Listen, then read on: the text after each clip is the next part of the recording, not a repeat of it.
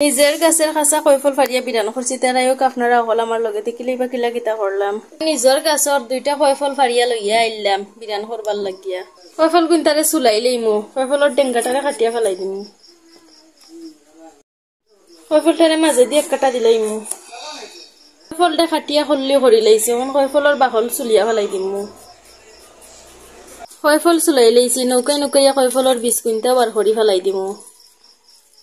রাখা কয়ফলটারে এখন কাটিলাম পাতলা পাতলা করে কাটতাম হইব রাখা কয়ফল গেছেন ধরে বালা করে ফসলে ফসলে দুইতাম হইব আর নাইলে খস থাকবো চুলা টামিন ধরাই দিমু এরপরে বই দিমু লোয়ারি গরম হয়ে গেছে দিলাম পরিমাণ মতো সয়াবিন তেল গেছে দিলাম ফলিয়া রাখা পেঁয়াজ মতো লবণ রাখা কাঁচামরিচ